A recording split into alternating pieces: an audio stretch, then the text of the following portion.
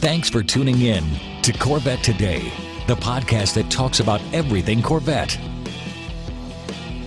Now, here's your host, Steve Garrett. Hello. Thanks very much for tuning in to Corvette Today, the podcast that talks about everything Corvette. I'm your host, Steve Garrett. This is our inaugural podcast, so I'm really excited. So please tell your friends about Corvette Today as well. I'm starting out this podcast as a weekly offering. As we gain momentum, I hope to put Corvette Today out maybe twice or 3 times a week. First off, I want to thank our flagship sponsors of Corvette Today, MidEngineCorvetteForum.com. If you'd like to join a new, vibrant forum community that focuses on the new mid-engine C8 Corvette, it's free to join this friendly Corvette community. They have a lot of Corvette enthusiasts just like yourself at www.MidEngineCorvetteForum.com. Second, I bet you're wondering why a guy like me, Steve Garrett, started a podcast about Corvette. You're thinking, okay, why should I listen to him, right? What qualifies me to talk about Corvettes? Well, let me tell you. First off, I own a beautiful torch red 2014 C7 Z51 Corvette. I call it the Carbon Fiber Edition. So I bought it in October of 2013. I spent 7 full years modifying the car. So everything that used to be black or black metallic on the car, it's now carbon fiber. That means interior, exterior, engine bay. If it's not leather, it's probably now done in carbon fiber. Plus, red is the fastest color, am I right? Of course. Hey, it's hard to believe that this carbon fiber edition is going to be 7 years old this September. It was built on September 19th of 2013, and I took delivery on October 15th of that next month. And by the way, this car is no relation to the Carbon 65 edition cars. Those came out in 2018, so with mine being built in 2013, you can see my car came first. Plus, my Corvette has a lot more carbon fiber on it than any of those Carbon Fiber edition cars that you'll see on the streets. Second, I'm a moderator on the world's largest online Corvette enthusiast website called CorvetteForum.com. I moderate in the C7 and the C8 sections of the website. I've been a moderator and an administrator on automobile enthusiast websites now for the last 11 years, so I have a lot of automotive online experience. Third, I'm the president of the Corvette Club of Kansas City, Missouri. It's the largest and oldest Corvette club in Kansas City. I've been president now for about 5 years. Fourth, I've been the MC and disc jockey at one of the country's largest Corvette shows anywhere called Corvette FunFest. Corvette FunFest is held on the grounds at Mid-America Motorworks in Effingham, Illinois. Mike Yeager, the owner there, puts on one of the best Corvette weekends any place. And last but not least, I'm a radio disc jockey here in Kansas City. I'm on 101 The Fox, which is KCFX Kansas City.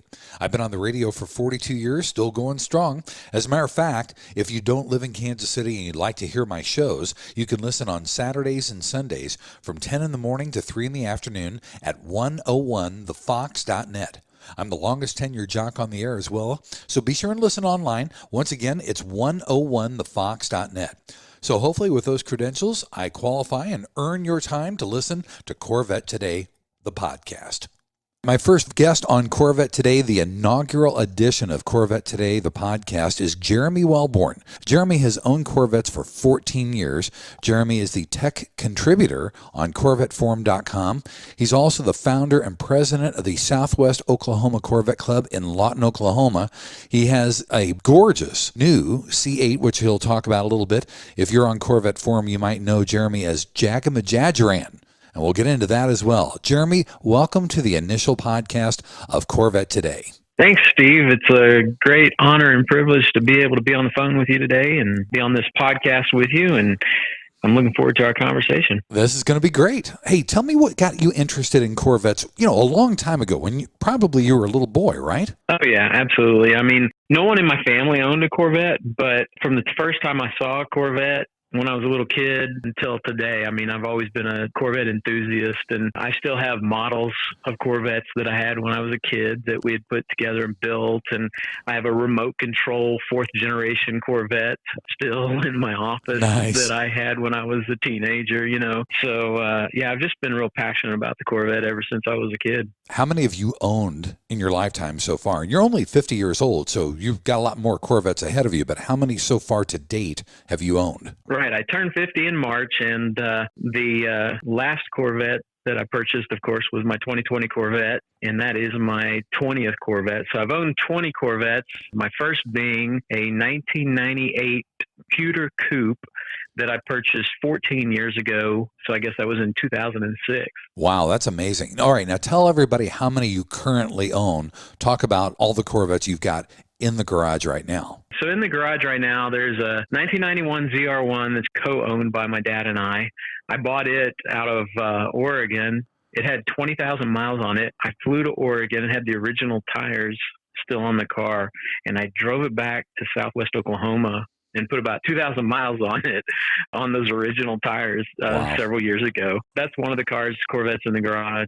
Another Corvette in the garage, of course, is a 2017 Grand Sport. It's called Tribute, and it is a tribute to the original 1963 Grand Sport car, that the very first chassis that was raced by Penske. So it's a blue with Sunoco yellow accents on it as a tribute to the 1963 Corvette Grand Sport, the original #1 chassis car. Then I have the 2020 VIN number 50 in the garage, as well as a 1963 Grand Sport Continuation Series Corvette that is not just a replica, but it's actually a GM licensed Continuation Series, and it is serial number 008 of the 1963 Grand Sport serial numbers. This car is a beautiful car, and it's got an L88 engine in it, correct? It does. L88, new old stock engine that was not in anything until it was put into this car about 12 years ago. The car is currently undergoing a complete refurbishment and taking it to the next level, which is actually what I had to do to get it to the status that it could be a continuation series car. So we've made some serious upgrades and modifications to it so that it would be just like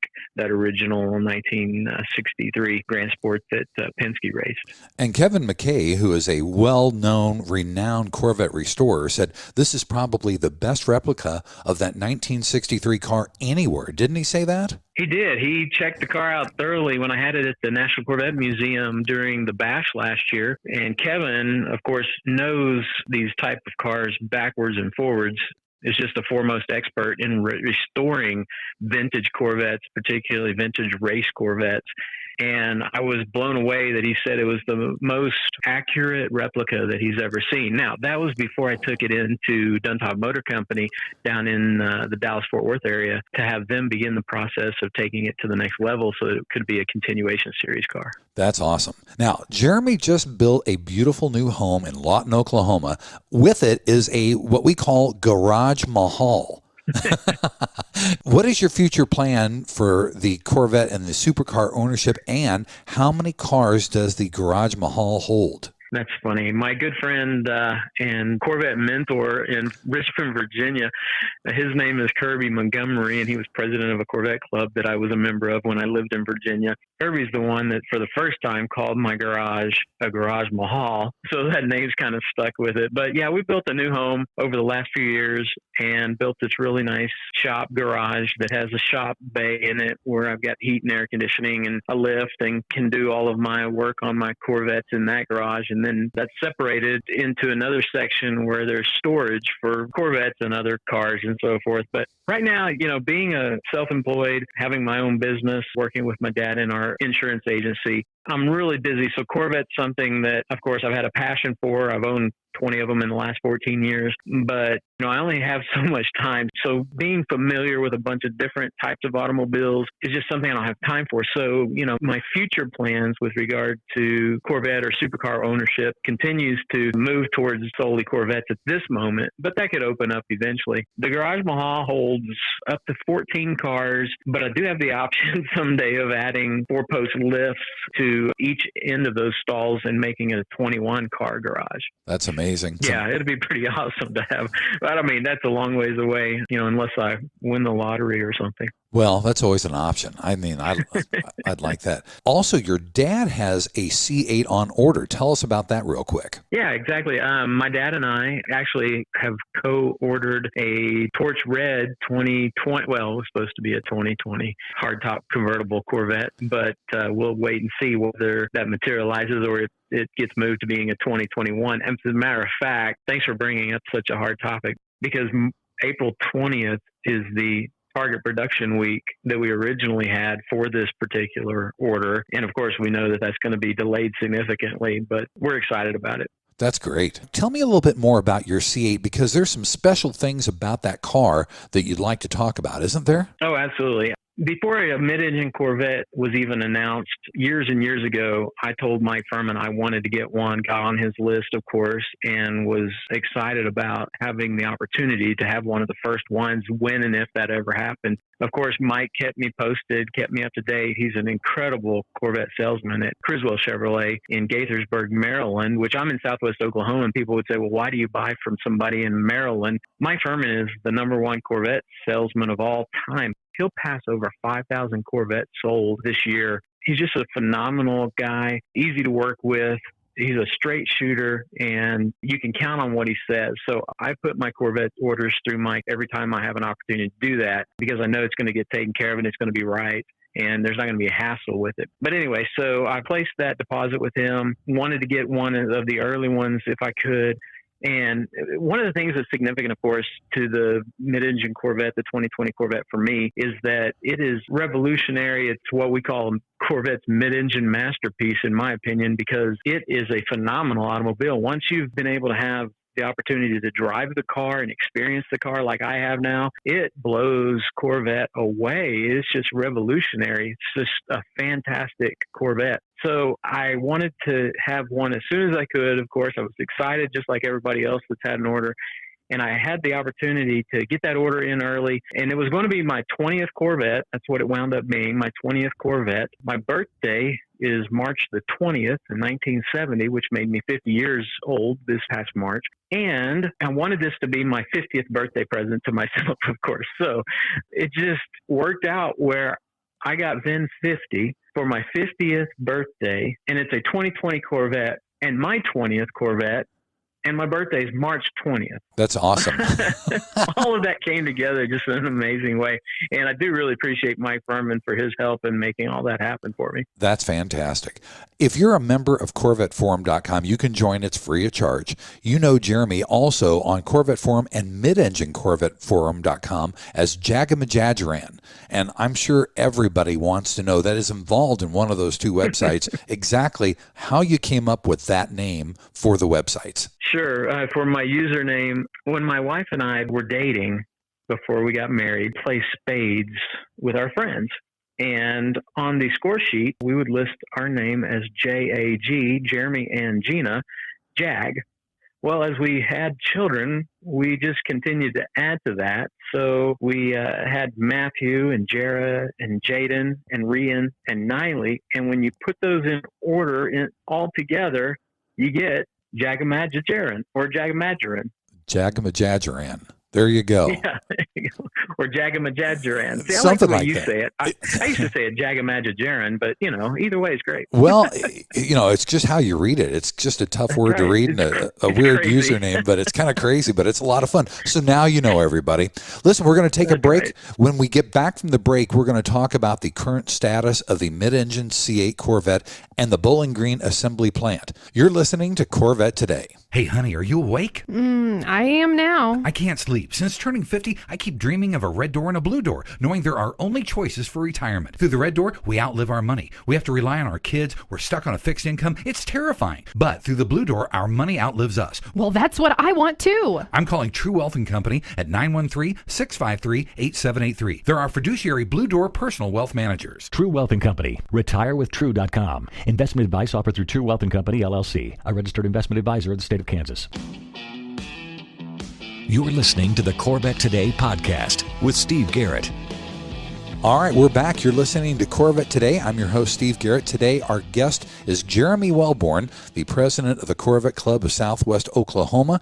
Also, he's on CorvetteForum.com and mid-engine CorvetteForum.com as Jagamajajaran. Jeremy is well connected in the Corvette industry. For segment number 2, I want to talk about what's going on at the Bowling Green assembly plant with Jeremy and get his insight as to what is happening there. Jeremy, when do you see the Bowling Green assembly plant opening back up amid this pandemic? Wow, Steve, that's a really good question. I know that there are a lot of people who want to know the answer to that question, and I wish I knew the answer to that question. But honestly, I don't think GM even knows the answer to that question at this time. Everything from what corporate is doing up in Detroit and in Michigan, and because of how Michigan is handling the shelter-in-place type orders and, what businesses can get back to work and so forth, and because of how that impacts other locations, because every state's doing things a little different, as well as how all of the suppliers are having to decide when they're going to come back to work and start providing parts again. That just means it's almost impossible to even have a guess as to when production might start back. I'm hopeful that production will restart on the 2020 orders by the 1st of June or late May. That's a good point, though, because you don't think about that. It's one thing to get everybody, all the workers, back into the assembly plant, but it's another thing to get suppliers to start bringing supplies so they can build those cars. That's a big deal. That's a huge deal, and that's a big part of them being able to get production back up and going.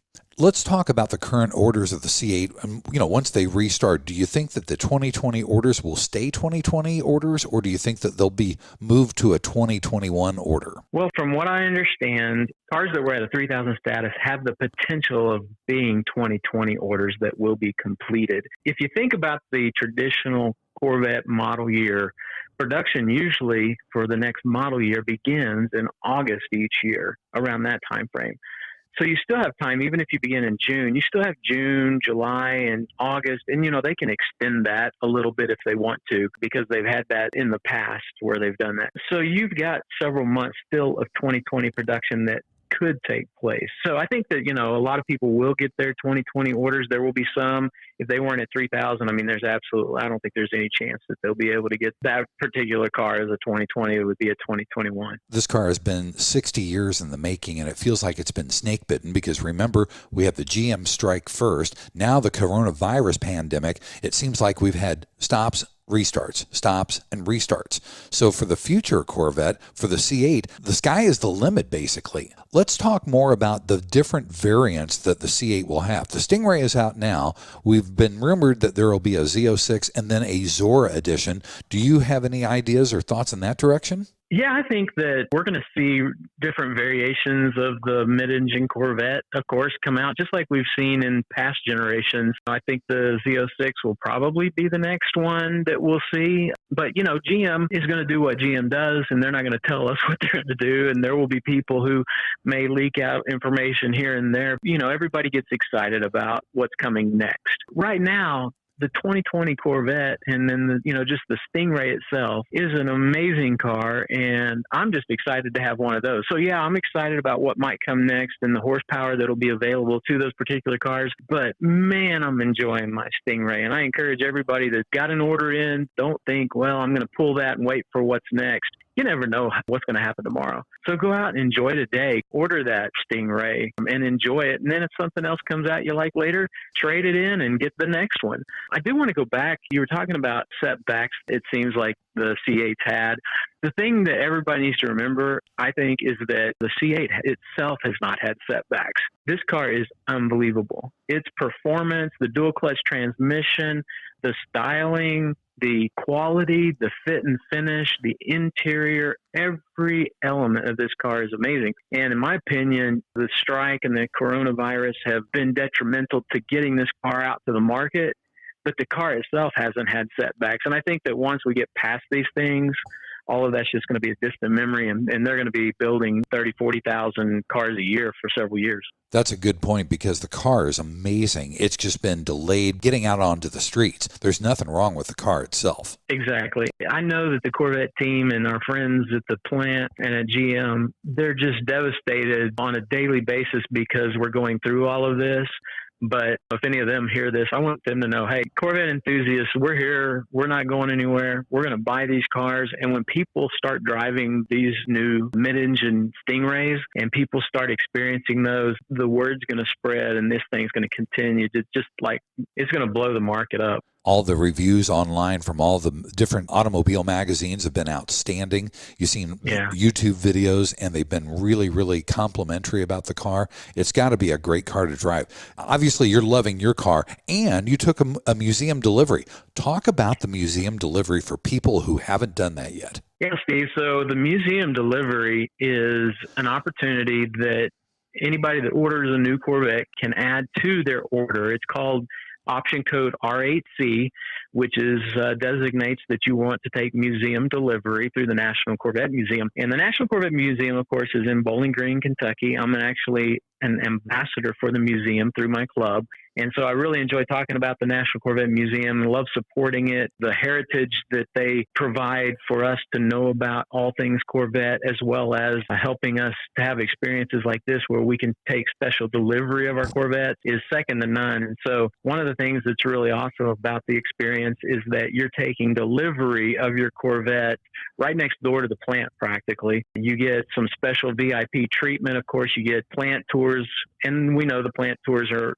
not available right now, but if you took delivery like I did back in March, my 2020 Corvette, you get a voucher for a future tour, and it's a VIP tour of the plant. You also get track time out at the museum's motorsports park in a new Corvette. You can come back later and do it in yours, or you can take one of their mid-engine Corvettes out and take it on the track. So that's part of the experience. And the other thing that you get, of course, is you get a very detailed, specialized overview of the car and all of its features there at the museum, along with a tour of the museum. But the thing that I think that appeals to me, this is my second Corvette museum delivery. And personally, if I could take delivery of every new Corvette I buy from now on at the museum, I would do it. There's a benefit to having the car delivered across the street as opposed to having it delivered across the country.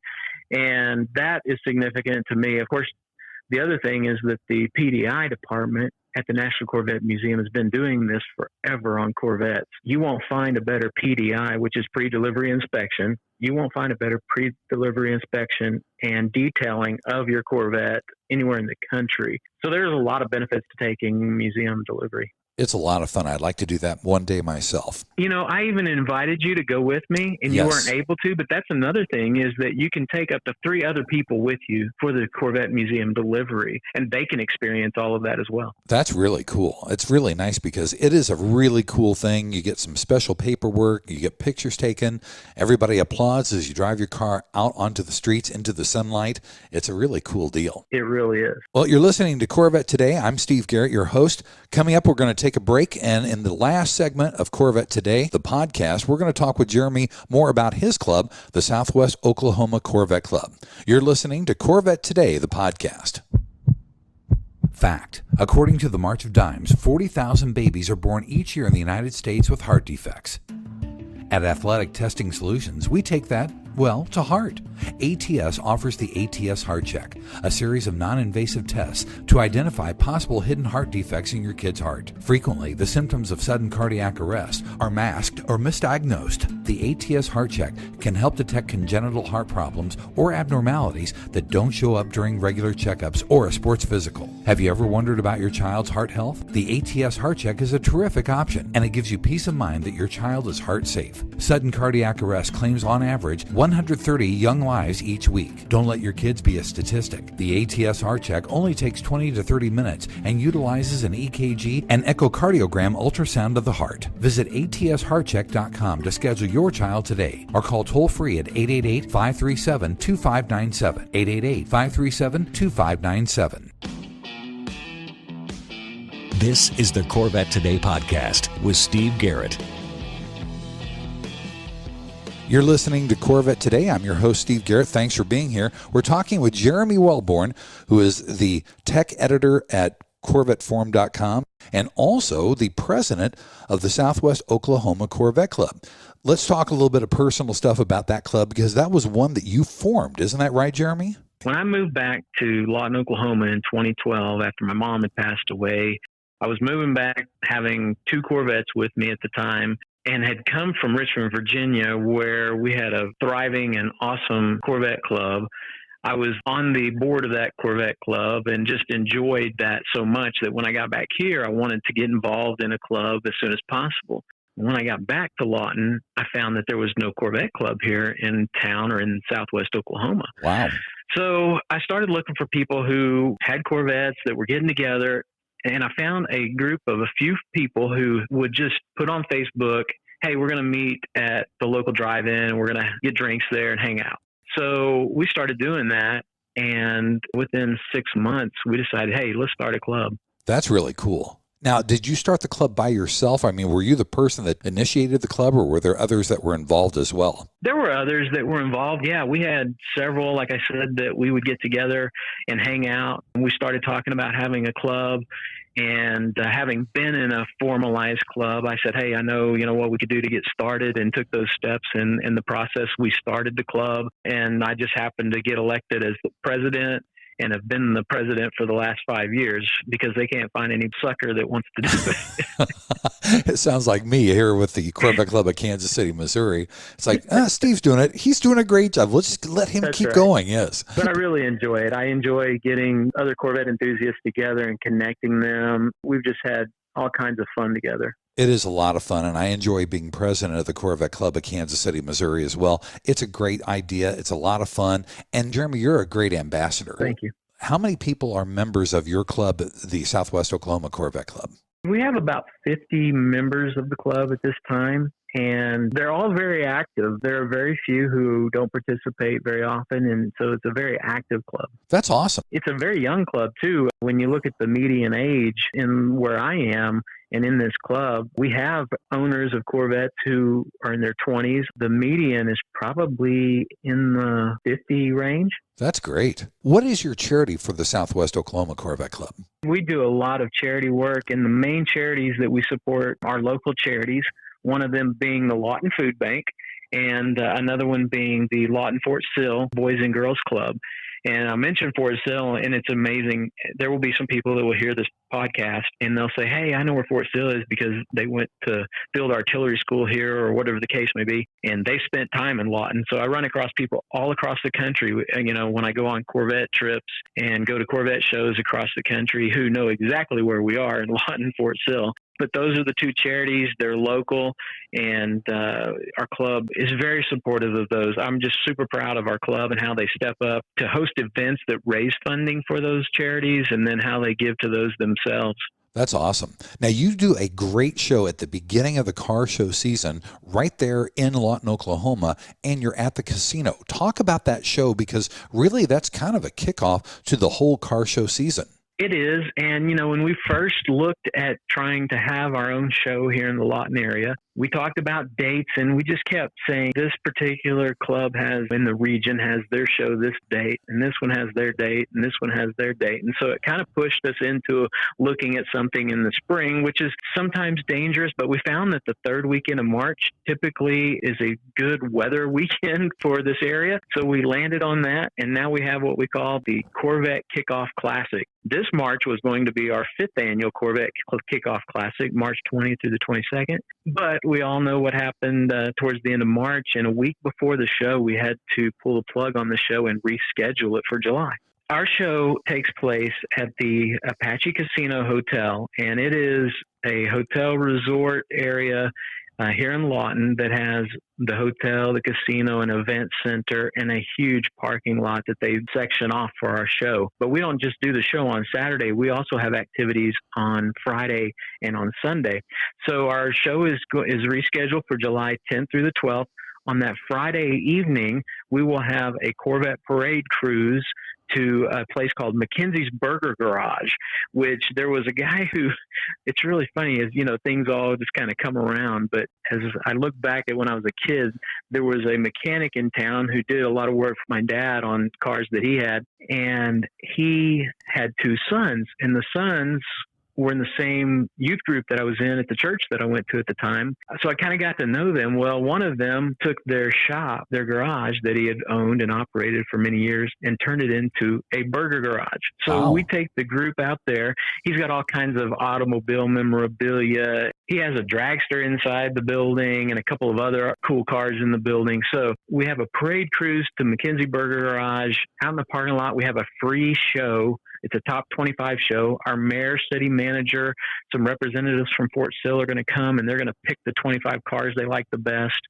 So it's a lot of fun on Friday night. We have a light show on Friday night back at the casino, and Easton Corbin is going to be there doing a concert in the event center that night. Saturday, of course, is our big show. The casino also has some gaming classes and fun stuff that they have planned for us during the afternoon. That night, we'll have a awards banquet with the National Corvette Museum. Guests will be there. They'll have their store available for purchasing, items from the National Corvette Museum store. So we have our awards banquet that night. We give away $1,500 in free play during that event, as well as for Corvette clubs that bring the most members to the show. So there's a lot of fun things that go on. Then on Sunday, we actually have a early service out at the Wichita Wildlife Refuge. There's a historic place there called the Holy City that has the longest running passion play in America. Wow. There's a chapel out there that was built in the 50s, which is where my grandparents got married. So that's a pretty cool little chapel that's out there. So we have a little service out there, and one of our members is actually a pastor of a church here in town, and he'll be speaking, and we've got a guy that's going to do some music for us. So people that want to go out early for that can. But after that, Medicine Park is hosting for us right there in the Wildlife Refuge, right at the edge of it, is hosting for us Corvettes in the Park, where we'll have a scavenger hunt, a walking scavenger hunt, as well as a really awesome country southern home-cooked buffet lunch and awards that we'll be presenting for the winners of the scavenger hunt, including a $500 top prize. That weekend is just a whole lot of Corvette fun. We would invite everybody to come. There's still time to get registered. So, if you want more information, you can check us out on our Facebook page at Southwest Oklahoma Corvette Club events page. That's great. And it's an amazing weekend. I went for my first one last year. It was amazing, all the things that you guys pack in to one weekend. So sign up if you'd like to take a trip and get a Corvette show under your belt. The Southwest Oklahoma Corvette Club at the casino there is a terrific show. And you know what? One more thing I want to say. But I think the best thing about the whole weekend was that Steve Garrett came and emceed our awards banquet. It was phenomenal. We had a fun awesome time. Job It was with great. a voice like this. Well, it's great. We had Thanks a fun for doing time. that. We appreciate it. Buddy, Glad you came. I'm glad to do it. I'll do it every year for you. As long as I can get Awesome. there. That was a lot of fun. We had a great time. And the people from the National Corvette Museum were there, friends of ours. We make new friends. Oh, yeah. People from the Kansas City area came down from Topeka, Kansas and everything. So it really was great. Talk about some of the other shows in the area and some of the other clubs, like the Lone Star Club is down there, and also the Circuit of the Americas racetrack has a lot of different things that are available for Corvette enthusiasts. Sure, Steve. There's two clubs besides the Southwest Oklahoma Corvette Club that I'm also a member of. One of them is the Wichita County Corvette Club down in Wichita Falls, Texas. It's kind of like the sister city to Lawton, Oklahoma. We're about 45 minutes apart. And that's a great club. I'm involved with that. And they have a North Texas Corvette Roundup in the fall, and it's going to take place the third weekend of September. There's also another club I'm a member of, and it is the largest Corvette club in the country, and it's the Lone Star Corvette Club down in the Dallas-Fort Worth area, members scattered abroad, of course, being the largest club that there is. How many members does that have? That's a good question. We get a directory every year of everybody that's in the club, and it's a thick directory, so I'm not sure. It's a huge club, and it's a great club. They do a whole lot for charity and a lot for the National Corvette Museum as well. Don't they have a big show too, Jeremy, down there at the racetrack? Yeah, that's what I wanted to tell you next about is that they have the Lone Star Corvette Classic every May at the Texas Motor Speedway. That is a phenomenal weekend, and people come from all over the country. If you've not ever been to the Lone Star Corvette Classic, you need to get to that at some point in your life. It involves not just the show, which takes place under the grandstands in the shade, which is nice, but it also entails some fun activities on Friday night and all morning and afternoon track activities on Sunday. Wow. So you can pay $50-$60 and have unlimited laps around the big oval track, or you can go out on the road course and race out on the road course with other Corvettes. That's amazing. It's a really fun weekend. Sadly, this COVID-19 situation has caused them to have to cancel the show for this year. Oh, you're kidding. Oh, that's a shame. It is a shame. And so because they have their show at the Texas Motor Speedway, they're locked in and limited to what dates they are available to them. and they're not going to be able to make that up. There's no way for them to really reschedule that because of all the events that the Speedway already has booked. Gotcha. So they'll just have to go to 2021. So everybody be watching for that in May of 2021. There's a couple of other shows up in Oklahoma, of course, that I want to highlight. The Central Oklahoma Corvette Club has a great show the first Saturday of June. It's in Edmond. They've had to cancel their show as well because of the COVID-19. But the NCCO, they have a benefit fundraiser for Toys for Tots on the second Saturday in June. That show is still on. They're still planning to have it, and they raised tens of thousands of dollars for the Toys for Tots. So it's a great opportunity to get out, show off your Corvette. It's in Norman, Oklahoma, and it's going to be a great show. Now, other shows that I plan to either take my 2020 Stingray to or potentially the 63 Grand Sport to include the National Corvette Museum's Bash, which is scheduled for the 28th through the 30th of May. I've not heard whether that's going to be canceled or not, but we'll have to wait and see. Also, I plan to go to the Corvette Invasion down at Circuit of the Americas, and I encourage everyone to go to that. You get to go to the show on the 18th of July, which is a Saturday, and then you get to go over to Circuit of the Americas on Sunday morning and go on the track and spend time taking laps out on the Circuit of the Americas, which is the only F1 racetrack in the United States. I'll be going to the Summer's End Corvette show that the Northwest Arkansas Corvette Club puts on, and that is in August, as well as the NCM's anniversary celebration. If I can make it to Corvette at Carlisle, I'd really love to go out again. I always love being a part of that event. And then kicking off the kind of the fall season is the VBP Corvette show. Everybody check that out. That's on September 5th. After that, like I mentioned, 2 weeks later is the North Texas Corvette Roundup that our Wichita County Corvette Club puts on. And then Eureka Springs is in October. I plan on being there for that. And then the Tri-City Corvette show down in East Texas on October 9th through the 11th. So it's going to be a busy show season once we finally get things kicked off. That sounds great. Jeremy, thank you for being my inaugural guest on Corvette Today. This has been a great conversation. Thanks for your insight about the National Corvette Museum, talking about your number 50 C8 mid-engine Corvette and everything else. Steve, thanks so much for having me on the show today. I'm excited about what you're doing. I think that there's going to be a lot of people benefit from that. The opportunity to just plug into a podcast and get Corvette information and just feed the Corvette enthusiast with all kinds of information. Thanks for having me on. It's great to be a part of your program today. Thanks a lot, Jeremy. You've been listening to Corvette Today with Steve Garrett. If you'd like to contact Steve with any thoughts on the podcast or ideas for guests on Corvette Today, you can email him at stevegarrettdj@gmail.com. That's stevegarrettdj@gmail.com. Garrett has 2 R's and 2 T's. Or connect with Steve on social media on Facebook, Twitter, or Instagram using @SteveGarrettDJ. Thanks again for listening to Corvette Today.